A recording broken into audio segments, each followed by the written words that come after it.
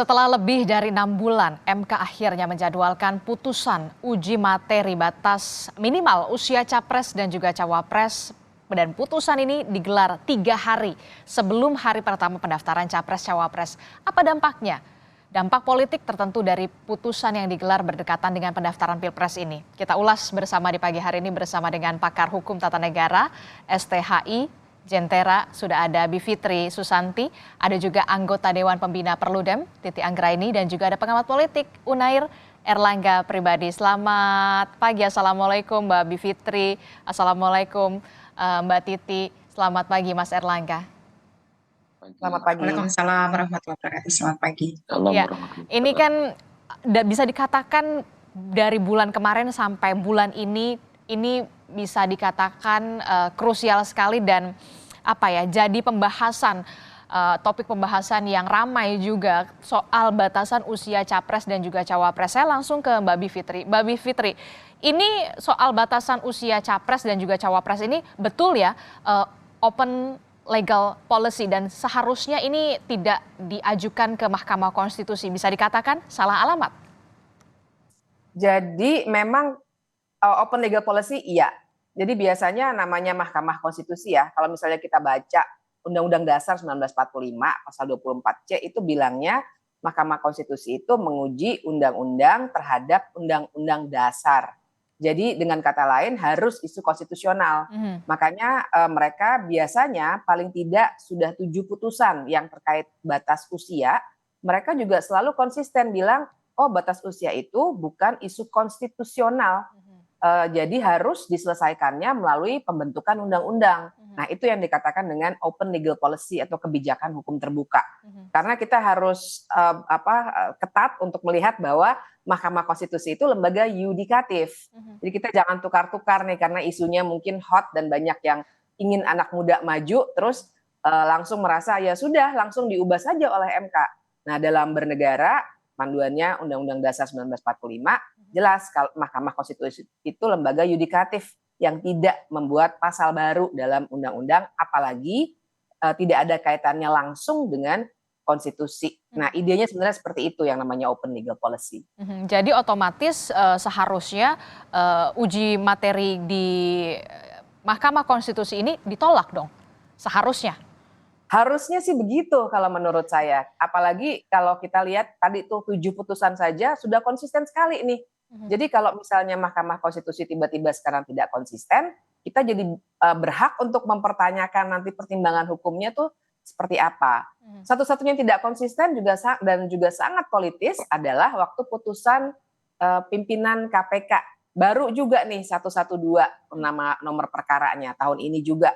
Dan tentu saja pertanyaan yang sama bisa kita ajukan karena komposisinya waktu itu juga ada 4 hakim yang menyatakan pendapat berbeda atau dissenting opinion. Jadi saya kira di situ letak apa yang nanti kita harus amati nanti di MK karena belakangan ini ternyata ada pola putusannya itu bisa tidak sesuai dengan teori ataupun kebiasaan yang MK sudah bangun selama 20 tahun terakhir ini. Berarti ada kemungkinan bisa dikatakan gugatan ini juga bisa dikabulkan dengan adanya dissenting opinion. Itu yang kemudian menjadi pertanyaan. Mengapa bisa seperti itu? Betul, ada kemungkinannya bahkan sangat besar sebenarnya karena kita sudah membaca di media massa. Saya kira kita sangat bisa jadikan media massa sebagai rujukan ya karena sudah ada investigasi mestinya. Dikatakan bahwa sebenarnya sejak 2 minggu yang lalu itu sudah ada kesepakatan kalau di MK itu ada rapat permusyawaratan hakim di antara 9 hakim saja dan sifatnya tertutup. Beritanya di media massa sudah ada hampir mencapai kata sepakat tapi ditunda karena ada keinginan yang berbeda untuk dikabulkan saja. Padahal harusnya menurut saya ditolak harusnya, tapi ada sebagian pihak yang ingin agar itu dikabulkan. Nah, kemudian ada satu catatan lagi, kita juga tidak bisa menafikan ada benturan kepentingan di Mahkamah Konstitusi karena Ketua MK itu ada kaitan dengan orang yang akan diuntungkan langsung dengan pasal ini apabila diubah. Berarti ini bisa dikatakan tidak bisa menutup mata ya, berarti ada konflik of interest berarti ya di sini ya? Ada, dan itu jelas seharusnya sih melanggar etik Dan ini yang jarang disorot karena mungkin kita agak sungkan dengan Pak Ketua Mahkamah Konstitusi, tapi benturan kepentingan ini kalau dalam lembaga pengadilan, apalagi ini pengadilan politik ya, Mahkamah Konstitusi, itu luar biasa krusial. Harusnya bahkan ia tidak menjawab apapun. Sekitar 2 minggu yang lalu, ketua juga dalam sebuah wawancara, saya kira doorstopnya wartawan, Betul. tapi seharusnya tidak boleh dilakukan, ia mengomentari, kurang lebih ia bilang bahwa ini saatnya anak muda untuk maju memimpin. Nah itu kalau untuk hakim nih, hakim memang etiknya tuh ibarat kata mesti setinggi langit begitu ya, tidak boleh sama sekali mengomentari perkara yang tengah diperiksa di pengadilan. Nah hal-hal seperti ini yang juga mewarnai proses sehingga kita sekarang semua deg-degan begitu ya, karena banyak sekali spekulasi yang beredar, Mbak. Oke, nah itu dia kemudian satu hal yang berbeda. Ketua Mahkamah Konstitusi mengomentari apa yang kemudian tengah diujikan, tengah diperkarakan begitu. Nah itu lain soal. Tapi begini, kalau kita ya memang tidak boleh berandai-andai. Oke, kalau itu memang ditolak tidak ada masalah begitu ya, karena memang bisa dikatakan MK konsisten dengan omongannya, dengan putusan-putusan terdahulunya. Tapi jika ini dikabulkan, apa dampaknya dan apakah mungkin bisa langsung kebijakan itu akan diproses ke DPR dan juga pemerintah dengan deadline yang begitu bisa dikatakan deadline yang begitu singkat? Ya, putusan MK itu tidak perlu diproses ke DPR. Putusan MK itu final dan mengikat. Jadi tidak perlu diubah lagi undang-undangnya, dia bisa langsung berlaku. Kecuali kalau misalnya MK-nya dalam putusannya memerintahkan untuk mengubah undang-undang dulu. Jadi memang yang harus dipahami masyarakat adalah MK itu pada dasarnya ya dengan koridor konstitusi tadi bisa memutuskan apa saja. Bahkan ketika misalnya ia bilang, oh baru berlaku pemilu yang akan datang misalnya. Atau dia akan bilang, ubah dulu ya undang-undangnya, itu pernah terjadi juga misalnya di undang-undang perkawinan. Kami mengatur begini, tapi tolong diubah dulu oleh DPR dan pemerintah sebagai pembuat undang-undang. Bisa juga. Tapi kalau yang paling skenario yang terburuk dalam kacamata demokrasi adalah MK akan langsung memutus dikabulkan atau yang lainnya yang sifatnya menguntungkan pemohon dan kemudian ia akan mengatakan langsung berlaku saat itu juga. Nah artinya itu Mbak tidak perlu lagi ada proses di DPR. Jadi bisa langsung diterapkan dan para politisi terutama elit politik, partai-partai politik bisa langsung membuat skenario supaya orang yang di bawah usia 40 tahun bisa menjadi pasangan cawapres untuk didaftarkan 3 hari kemudian. Itu langsung. Dan itu mungkin terjadi? Mungkin terjadi. Kita benar-benar tergantung pada Mahkamah Konstitusi di titik ini. Makanya saya kira ini penting sekali untuk mengingatkan MK betapa krusialnya ini untuk demokrasi Indonesia ke depannya. Oke, saya langsung ke Mbak Titi. Mbak Titi, konsistensi Mahkamah Konstitusi ini kemudian dipertanyakan, betul-betul dipertanyakan dengan adanya gugatan batas usia capres dan juga cawapres. Anda sepakat dengan ini? Ya, betul sekali ya. Pertama, Mahkamah Konstitusi saya kira sudah lulus ujian ketika pengujian sistem pemilu. Nah, sekarang masuk lagi pengujian soal syarat pencalonan presiden wakil presiden. Bukan hanya usia, jadi ada exit strategi yang dimainkan beberapa pemohon, dia tidak menyentuh persoalan usia, tapi menyebut pengecualian atau conditionally konstitusional bagi yang pernah menjadi penyelenggara negara atau pernah menjadi kepala daerah. Betul. Mahkamah Konstitusi itu perannya besar sekali di pemilu kita. Selesai dari pengujian undang-undang, mereka akan menangani perselisihan hasil. Bukan hanya pileg, pilpres, tapi juga pilkada.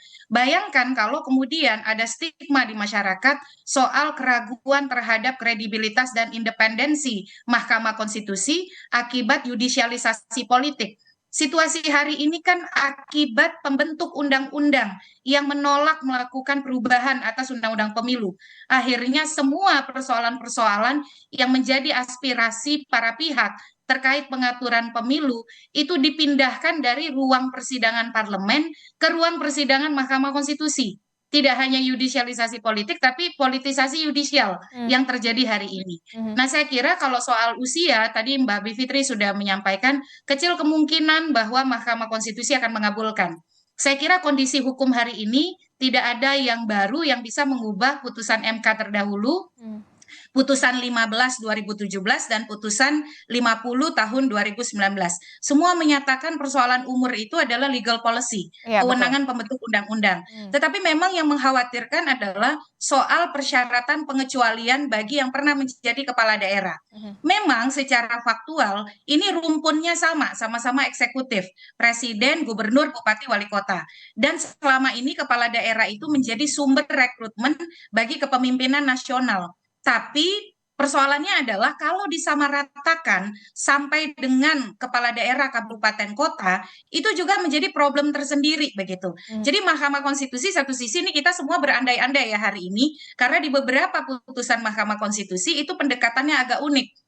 Misal ketika dia menyatakan menteri tidak harus mengundurkan diri ketika mencalonkan presiden dan wakil presiden, itu pendekatannya adalah posisi menteri sebagai posisi politik. Ya, Nah, situasi hari ini kan kepala daerah juga situasi politik, politik. posisi politik dalam rumpun eksekutif yang selama ini menjadi sumber rekrutmen bagi kepemimpinan nasional, tapi ya tidak bupati wali kota juga gitu ya. Nah, dalam konteks itu akhirnya kita banyak skenario terhadap putusan-putusan Mahkamah Konstitusi. Misalnya ada yang berusaha memahami, oke lah kalau dikecualikan untuk kepala daerah, tetapi bukan langsung bupati wali kota. Karena kalau dia menjadi promosi untuk pengisian posisi presiden, ya mestinya gubernur yang dibolehkan, bukan bupati wali kota. Melihat dari rumpun posisi politik eksekutif begitu.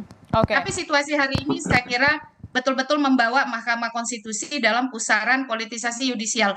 Dan ini pertaruhan bagi Mahkamah Konstitusi karena kredibilitas MK itu masih sangat penting bagi pemilu ke depan. Masih ada beban penyelesaian perselisihan hasil pemilu yang membutuhkan kepercayaan publik terhadap lembaga ini, sehingga saya kira Mahkamah mesti betul-betul mematutkan diri sesuai dengan posisinya sebagai negarawan. Oke, posisinya Mahkamah Konstitusi ini menjadi krusial dan kita semua pastinya mempertanyakan konsistensi dari Mahkamah Konstitusi jangan sampai kemudian menjadi presiden begitu ya, Mbak Titi ya. Nah, saya ke Mas Erlangga. Mas Erlangga, dari pandangan Anda sebagai analis politik, jika nantinya kemudian batasan usia capres dan juga cawapres ini dari 40 tahun ke 35 tahun ini dikabulkan, apa keuntungannya sebagai dalam partai politik dari capres dan juga cawapres? Kalau kita lihat kan salah satunya adalah salah satu tokohnya yang kemudian potensial adalah nama Gibran Rakabuming Raka. Apakah ini tidak menjadi apa ya, dikatakan bumerang juga untuk Gibran? Iya, saya pikir itu justru yang terjadi ketika gugatan tersebut dikabulkan. Ini akan menjadi bagian dari proses pelemahan demokrasi. Karena apa? Karena yang jadi persoalan, kita percaya pada MK karena sebetulnya MK sendiri sebagai the guardian of constitution, ini seharusnya memiliki etik yang kuat, terutama etik imparsialitas.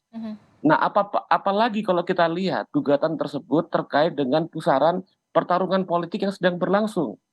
Ketika MK kemudian mengabulkan tuntutan tersebut, MK kemudian mengalami persoalan terkait dengan konflik of interest, kemudian MK sendiri kemudian tidak bisa kita lihat sebagai institusi yang kemudian menjaga imparsialitas. Nah, dalam konteks ini, persoalan yang akan muncul adalah pada pelemahan marwah dari Mahkamah Konstitusi. Mahkamah Konstitusi akan menjadi bagian yang kemudian banyak dianggap sebagai instrumen dari pertarungan politik dan kekuasaan. Dan demikian juga di sisi yang lain, bahwa pihak yang diuntungkan, yang dianggap dalam tanda petik diuntungkan dalam kasus tersebut, ini juga akan mengalami pelemahan marwah. Artinya, bisa jadi di permukaan dalam kalkulasi politik seakan-akan menguntungkan, tapi kemudian dalam sorotan publik yang lebih luas, itu justru akan merugikan integritas dan etik dari masing-masing pihak, baik dari MK sebagai lembaga yudikatif, ataupun sebagai pihak yang diuntungkan dalam hal ini, karena kemudian dengan serta-merta publik akan mengkritisi bahwa lembaga yudikatif dan konstitusi kita, Mahkamah Konstitusi bisa dengan mudah dijadikan sebagai instrumen dan perangkat politik dalam kasus-kasus yang menguntungkan pihak-pihak yang berkuasa. Oke, Sehingga kemudian menjadi persoalan. Persoalan semestinya Mahkamah Konstitusi sebagai pelindung bagaimana aturan main dijalankan secara fair, dijalankan secara imparsial. Tapi kemudian kasus ini akan menjadi presiden kalau kemudian dikabulkan karena akan dengan mudah siapapun nanti yang berkuasa memainkan atau menjadikan alat lembaga yudikatif itu Mahkamah Konstitusi untuk kepentingan politik dan kekuasaan mereka. Dan ini justru menjadi bagian yang sangat fatal bagi pelembagaan demokrasi kita. Sudah berjalan, terima kasih. Itu lalu bagaimana dari segi politik, kan kita tahu bisa dikatakan ada beberapa koalisi ya, satu koalisi yang kemudian digadang-gadang juga akan mengusung, bisa dikatakan mengusung bacawa pres, salah satunya adalah namanya yang paling menguat adalah Gibran Rakabuming Raka. Nah, kalau memang putusan ini kemudian mengabulkan, seperti apa nanti dampaknya untuk dari segi politik? Jangan dijawab dulu, nanti kita akan usai jeda berikut ini ya.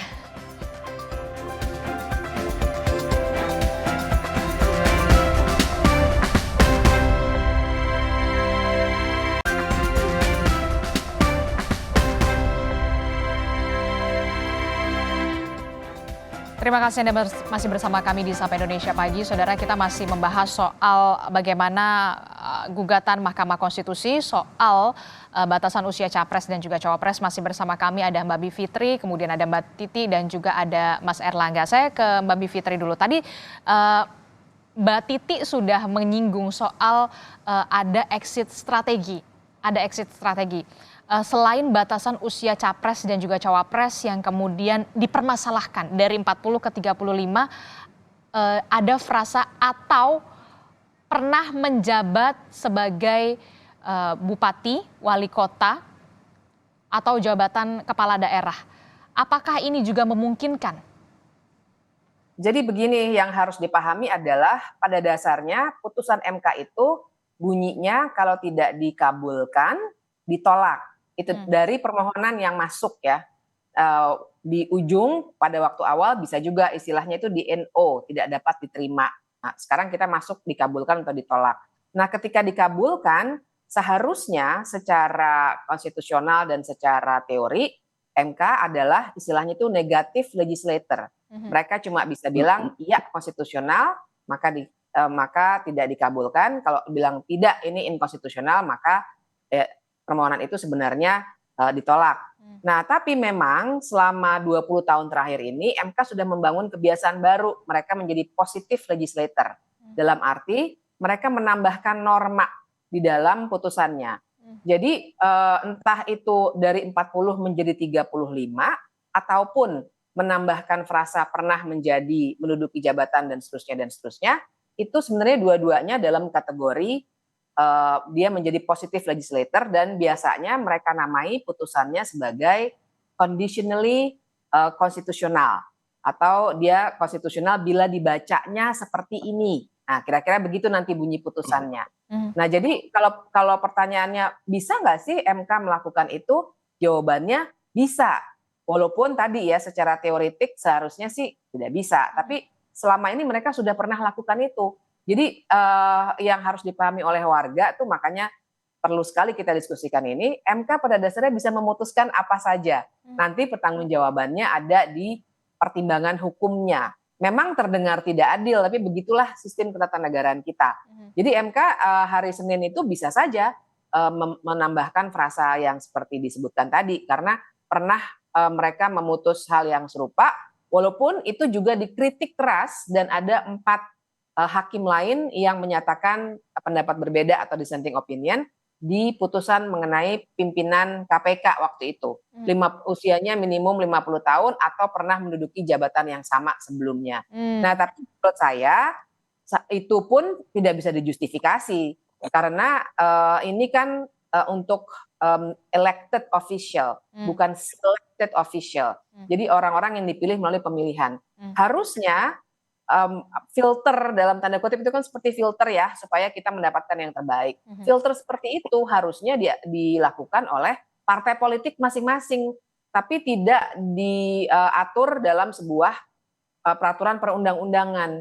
Nah, itu dulu yang harus jadi kunci. Dan lagi-lagi, kalaupun mau diatur di peraturan perundang-undangan, silakan dibahas oleh pembuat undang-undang, bukan oleh lembaga yudikatif. Ini lembaga yudikatif nih. Jadi kita jangan tukar-tukarnya di titik itu. Siapa yang seharusnya membuat norma baru, mau apapun lah, mau katakanlah usia memilih sama dengan usia dipilih, mau diperdebatkan, silakan diperdebatkan secara terbuka, partisipatif di Senayan Di sana. DPR. Kita juga bisa, ya. Kalau MK kan bahkan kita hanya sebatas mendiskusikan seperti ini kan, Mbak, nggak boleh kita bahkan lobby anggota atau hakim anggota di Mahkamah Konstitusi. Nah, ini titiknya, yudikatif itu makanya memang tidak dalam posisi bisa memutuskan hal-hal yang sifatnya pertimbangannya bukan konstitusional, tapi pertimbangan sosiologis, politik. Silakan tuh para ahli berdebat, bukan di gedung MK, tapi di gedung DPR sana. Oke, Gitu. walaupun memang secara teori tidak bisa ya, tidak bisa dikabulkan, walaupun memang ada kalimat atau pernah menjabat sebagai gubernur, bupati, wali kota. Ini karena kenapa saya pertanyakan ini, karena saya mendapatkan rilis dari Setara Institut soal ini, Mbak Bif. Iya, jadi betul seharusnya sih tidak bisa, sama sekali tidak bisa dua-duanya, dua alternatif ini. Karena artinya MK sudah memberikan sebuah kebijakan baru dalam sebuah putusan yudikatif. Oke. Itu yang terjadi. Tapi kalau pertanyaannya mungkin nggak? Sayangnya mungkin untuk dilakukan. Sebenarnya tidak bisa, tapi sayangnya mungkin bisa dilakukan. Itu yang menjadi poinnya ya, Mbak Bif ya. Apalagi juga mungkin bisa dikatakan terjadi pada saat yang pimpinan KPK itu ya, Mbak Bif. Betul. Nah, oke. Itu kan sudah ada berarti track recordnya. Iya, tapi itu juga penuh kritik. Makanya tadi saya katakan pada dasarnya jadi MK bisa memutuskan apa saja nih. Jadi yang perlu diketahui oleh publik adalah tidak ada tuh aturan main, dan memang ini lazim di semua negara seperti ini. Tidak ada aturan main. MK hanya boleh memutuskan A, B, C, itu di undang-undang, itu tidak ada. Itulah hakikatnya sebuah lembaga yudikatif. Dimanapun memang seperti ini. Jadi kalau mungkin agak menimbulkan kebingungan ya, Betul. tapi memang undang-undang Mahkamah Konstitusi itu maupun konstitusi tidak mengatur sedetail itu. Misalnya MK tidak boleh memutus soal usia, itu tidak ada, Mbak. Ukurannya di MK sendiri. Apakah suatu isu itu konstitusional atau tidak? Iya, karena Undang-Undang Dasar bilangnya MK hanya memutus undang-undang terhadap Undang-Undang Dasar. Jadi kalau sesuatu isu itu misalnya isu usia atau isu apakah Mahkamah Konstitusi gedungnya di Medan Merdeka atau di IKN, itu bukan ranah konstitusi kan, misalnya begitu. Nah, dengan itu maka MK akan memutus, oke, kami tolak, silakan DPR dan pemerintah membuat aturannya dalam undang-undang. Nah, itu yang dimaksud dengan wewenang yudikatif. Begitulah hukum bekerja. Jadi publik jangan bayangkan bahwa ada sebuah kitab gitu yang menentukan apa yang boleh dan tidak boleh diputus oleh pengadilan MK maupun MA, PT UN dan lain sebagainya. Tidak seperti itu. Makanya ada konsep kemandirian kekuasaan kehakiman dan lain sebagainya. Justru karena hakim itu bisa memutus apa saja asal dia memberikan legal reasoning atau pertimbangan hukum yang bisa diterima secara nalar. Oke, saya ke Mbak Titi. Mbak Titi, ternyata MK bisa memutus apa saja asal ada alasannya, ada legal reasonnya. Tanggapan Mbak Titi sebagai apa dampaknya terhadap apa ya bisa dikatakan demokrasi kita, sistem pemilu kita akan seperti apa nantinya? Mbak Titi silahkan. Ya, aktivisme yudisial Mahkamah Konstitusi itu sangat besar di dalam pengaturan pemilu. Jadi ada yudisialisasi politik pengaturan pemilu yang sangat eksesif. Dan itu dikontribusikan juga oleh pembentuk undang-undang yang memang mengundang Mahkamah Konstitusi untuk terlibat. Jadi saya kira beberapa permohonan ini kan misalnya bagaimana respon dari DPR itu memperlihatkan seolah-olah ini membuka ruang dan peran dari Mahkamah Konstitusi untuk ambil peran begitu. Dan ini jadi koreksi sebenarnya bagi pembentuk undang-undang. Undang-Undang 7 2017 itu soal pemilu adalah undang-undang yang paling banyak diuji ke Mahkamah Konstitusi. Jadi ini jadi tantangan bagi MK. Satu sisi orang seperti saya senang dengan aktivisme yudisial dari Mahkamah Konstitusi untuk beberapa hal. Tetapi Mahkamah juga harus menahan diri karena posisinya adalah sebagai kekuasaan yudisial, kekuasaan kehakiman yang tidak boleh mengambil alih peran dari pembentuk undang-undang. Disitulah kemampuan MK untuk menahan diri, melakukan judicial restraint itu dibutuhkan. Makanya menjadi hakim MK itu harus negarawan. Nah, misalnya di putusan yang kami ajukan soal pencalonan mantan terpidana, Ya, betul. itu Mahkamah Konstitusi menyatakan conditionally konstitusional, harus ada jeda 5 tahun. Nah, itu kan baik ya, dengan legal reasoning yang sangat kuat. Terkait dengan pencalonan misalnya kepala daerah, saya setuju bahwa kepala daerah adalah sumber rekrutmen kepemimpinan nasional. Oleh karena itu, pilkadanya jangan dipilih DPRD, harus dipilih rakyat. Dipilih oleh rakyat karena diuji oleh publik. Tapi kita juga harus ingat, rumpun eksekutif ini ada bupati wali kota, ada gubernur, ada presiden. Nah, di dalam putusan soal sistem pemilu misalnya, Mahkamah menyatakan supaya terjaga kaderisasi dan promosi yang betul-betul mengutamakan peran partai politik sebagai lembaga demokrasi, kalau mau jadi calon anggota DPR itu syarat kadernya minimal 3 tahun. Calon anggota DPRD syarat kadernya 2 tahun. Jadi ada rentang-rentang yang juga diperhitungkan oleh MK. Kalau misalnya MK ingin memberi ruang kaderisasi politik berjenjang di rumpun eksekutif, kalau mau jadi presiden, maka kepala daerah dulu, ya tidak mungkin dan tidak logis kalau disetarakan syarat itu antara gubernur dan bupati wali kota. Maka pilihannya adalah kalau kepala daerah adalah sumber rekrutmen eksekutif nasional, maka posisinya adalah gubernur. Jadi pengecualiannya lebih masuk akal kalau persyaratan itu dikecualikan sepanjang berpengalaman menjadi gubernur. Karena uji coba kepemimpinannya terukur. Lah ini kalau bupati wali kota misalnya, dengan logika seperti itu bahwa rumpun eksekutif daerah menjadi sumber rekrutmen untuk eksekutif nasional, tidak logis kalau disetarakan antara bupati, wali kota, dan gubernur. Nah, itu menggunakan logika MK ya di beberapa putusan ketika misal soal putusan posisi politik menteri. Nah, di sini kita akan melihat kalau misalnya MK sampai menyetarakan antara bupati, wali kota, gubernur dengan segala logika yang dia bangun, pasti pengalaman politik dipilih langsung oleh publik melalui pemilihan langsung, ini konflik of interest-nya sangat terlihat.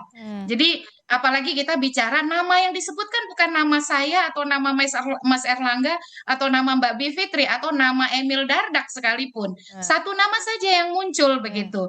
Nah, bagi saya sih logikanya agak lebih bisa ditolerir kalau pengecualian itu dan kita lihat bahwa pilkada sebagai sumber rekrutmen kepemimpinan nasional dan itu dilihat dalam posisi gubernur begitu. Tapi kalau itu disetarakan antara gubernur, bupati, wali kota, maka tadi sulit kita untuk tidak menyatakan bahwa memang ada benturan kepentingan yang besar dalam hal ini. Oke, oke. Nah kalau kita lihat ini kan Mas Erlangga, usia capres cawapres ini diputus tinggal beberapa hari lagi jelang pendaftaran. Menurut Anda apa untungnya untuk partai politik?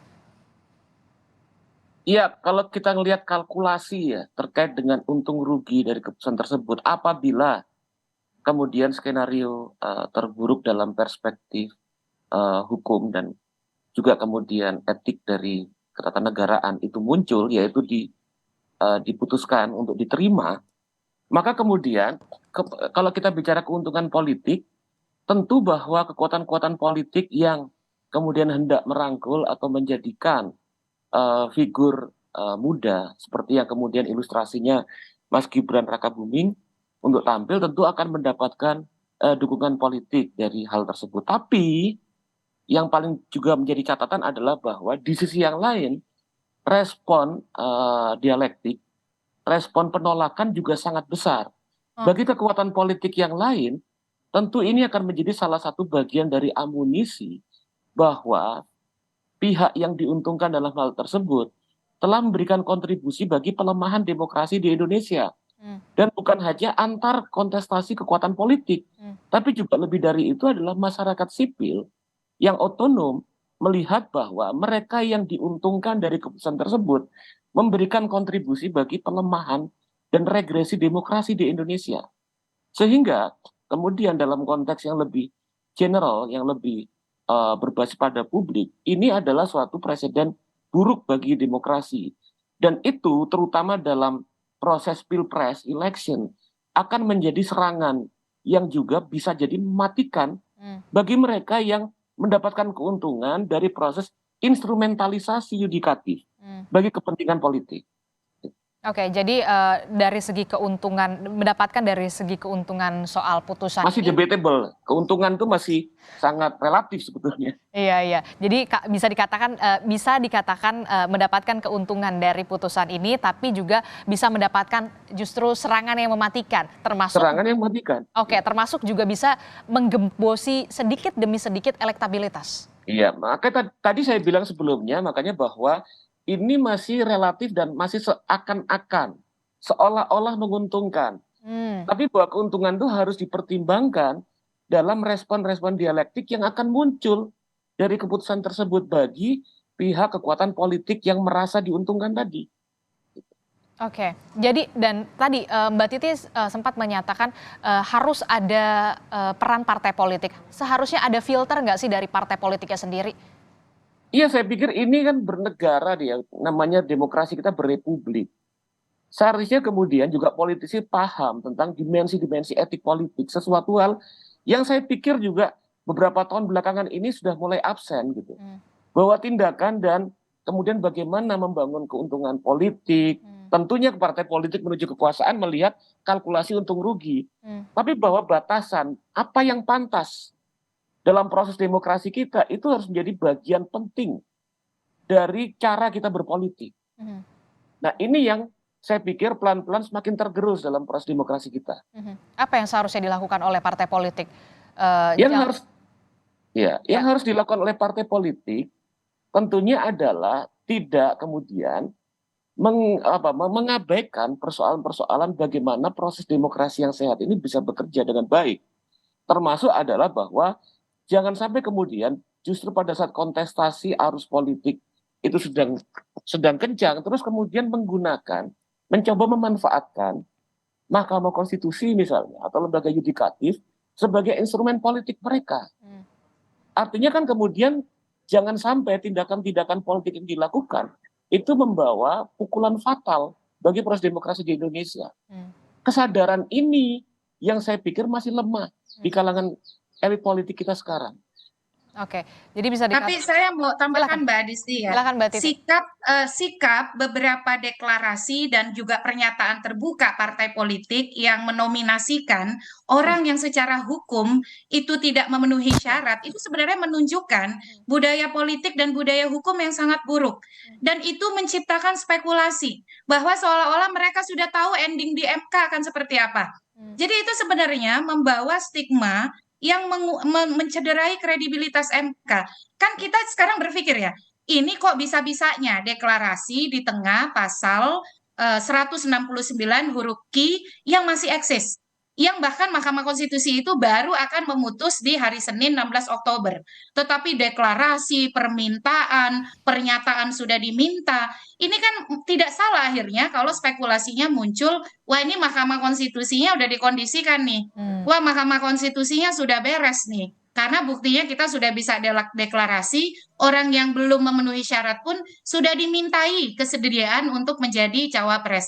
Jadi ini mestinya jadi koreksi berat bagi para elit kita soal political culture dan budaya politik gitu. Karena itulah yang paling melemahkan praktik demokrasi kita. Mesti kan semua orang sabar ya mengikuti proses di Mahkamah Konstitusi. Mbak Bivitri tadi sudah menyampaikan, tidak salah pergi ke Mahkamah Konstitusi, meski Mahkamah Konstitusi punya pakem-pakemnya. Nah, kalau memang Mahkamah Konstitusi jadi pilihan untuk menjawab kebuntuan yang mereka hadapi soal situasi hukum, ya jangan melakukan propaganda-propaganda yang kita akhirnya berspekulasi bahwa memang mahkamahnya ini sudah oke gitu ya, dan semuanya itu sudah dikondisikan, dan itu yang bagi saya memperburuk masa depan penegakan hukum kita karena mahkamah akan memainkan peran yang sangat krusial di dalam penyelesaian sengketa pemilu yang ujungnya juga nanti akan diselesaikan oleh Mahkamah Konstitusi. Oke, seharusnya parpol tidak menciptakan budaya politik yang buruk, itu yang kemudian menjadi kata kuncinya ya Mbak Titi ya? Betul sekali Mbak Adisti. Oke, Mbak Bivitri, ini yang kemudian sebenarnya saya endingnya ini akan seperti apa? Apakah nanti dikabulkan dengan syarat la, ataukah kemudian dikabulkan atau tidak dikabulkan, dan kita akan melihat siapa hakim yang mengabulkan, yang tidak mengabulkan, ada dissenting opinion di situ. Ya, jadi hari Senin itu kita harus menunggu, ada 3 kemungkinan itu. Pertama ditolak begitu ya, dan saya masih punya harapan walaupun tipis harapannya karena begitu banyak spekulasinya, tapi saya masih punya harapan itu dan saya mendorong supaya hakim MK bahkan last minute bisa membuat putusan seperti itu. Tapi kemungkinan kedua adalah disetujui, maksudnya dikabulkan untuk batas usia capres-cawapres 35 tahun. Kemungkinan ketiga adalah dikabulkan tapi ditambahkan frasa bahwa atau begitu ya, 40 tahun atau pernah menjabat dan lalalala begitu tadi ya. Ada 3 kemungkinan itu. Itu yang kita harus tunggu. Kita harus lihat dissenting opinionnya siapa saja dan apa saja, dan kita baca pertimbangan hukumnya. Apakah bisa dinalar dengan baik atau tidak. Karena kalau putusan pimpinan KPK, itu juga menurut saya putusannya argumentasinya sangat buruk tuh. Tapi ya kita tidak bisa melakukan apa-apa untuk putusan MK karena langsung sifatnya final dan mengikat. Oke, itu dia. Kita akan tunggu hasilnya memang final dan juga mengikat. Nah, kalau dari Perludem sendiri, kalau tidak dikabulkan, it's okay. Memang seharusnya seperti itu. Tapi kalau misalkan dikabulkan, kira-kira langkah apa yang kemudian bisa dilakukan lagi? Ya, pendaftaran Capres-Cawapres itu mulai 19 Oktober sampai 25 Oktober. Nah, KPU kan sudah menyatakan bahwa kalaupun mereka sudah menetapkan peraturan KPU, maka peraturan KPU revisinya atas tindak lanjut putusan Mahkamah Konstitusi, karena kan ada penyesuaian syarat berkaitan dengan berkas, dokumen, dan lain sebagainya, itu bisa dilakukan. Ini saya ingin kritik juga ya KPU. KPU itu bisa cepat sekali melakukan perubahan, menyatakan akan mengubah peraturan KPU kalau ada putusan Mahkamah Konstitusi. Sementara untuk peraturan KPU pencalonan terkait keterwakilan perempuan untuk pelaksanaan putusan Mahkamah Agung, itu KPU berbelit-belit dan menyatakan tidak akan mengubah, langsung berlaku, tidak ada sanksi. Ini standar ganda ya. Jadi dan ini merusak tertib hukum kita. Saya yakin KPU itu bukan tidak paham hukum, tetapi terlihat sekali di mana keberpihakan pelayanan terhadap partai politik. Jadi kalau sesuatu yang mempermudah itu akan mudah dilakukan, tetapi sesuatu yang kira-kira akan memberatkan partai politik selalu dicari-cari celah untuk menghindari. Kalau patuh berhukum, patuhlah secara konsisten. Karena asas prinsip penyelenggaraan pemilu salah satunya adalah berkepastian hukum dan tertib hukum. Nah, sikap-sikap seperti ini yang responsif tapi tebang pilih, ini memperburuk begitu loh. Masa penyelenggaraan pemilu kita ke depan. Sudahlah kita terlalu banyak spekulasi, kepastian hukum juga sulit dicari dari penyelenggara pemilunya. Nah, jadi terkait dengan putusan MK, saya kira tidak sulit untuk diimplementasikan, tetapi di saat yang sama kita juga menuntut konsistensi KPU untuk sama responsifnya terkait dengan putusan Mahkamah Agung menyangkut pencalonan keterwakilan perempuan paling sedikit 30% dan pencalonan mantan terpidana yang harus melalui masa jeda 5 tahun. Oke, jangan sampai ada jalur reguler, jalur kilat, begitu ya? Nah, jangan sampai ada jalur ekspres, ada jalur ininya ya, reguler, bukan reguler Mbak. Memang dihambat begitu, jadi salurannya dipersulit. Oke, terakhir saya ke Mas Erlangga. Mas Erlangga, singkat saja, jangan sampai ada kesan ini merupakan upaya jalur kilat menggolkan satu nama. Apa yang harus dilakukan oleh partai politik? Iya, yang harus dilakukan politik gini, kalau saya melihat bahwa apabila kemudian gugatan ini dikabulkan, kita akan masuk pada fase yang lebih dalam, bukan hanya pelemahan demokrasi, tapi krisis republik. Bahwa krisis republik itu kemudian bahwa setiap kebijakan-kebijakan, apalagi kemudian guardian of constitution seperti MK, itu dibangun berdasarkan pada kekuatan nalar publik. Apabila suatu keputusan tidak bisa dipertanggungjawabkan berdasarkan nalar publik, tapi kemudian memancing rumor tentang kuatnya pesanan politik dalam satu keputusan, maka kita akan menghadapi krisis. Jangan sampai elit-elit politik memberikan kontribusi besar bagi krisis republik kita sekarang. Itu kira-kira. Oke, kita tentu saja akan tunggu bagaimana nantinya keputusan dari Mahkamah Konstitusi soal ini yang kemudian lama sekali diperbincangkan dan kita menanti konsistensi dari Mahkamah Konstitusi. Terima kasih informasinya dan juga pandangan perspektifnya dari Mbak Bivitri, Mbak Titi dan juga Mas Erlangga. Kita ketemu lagi di lain waktu. Terima kasih.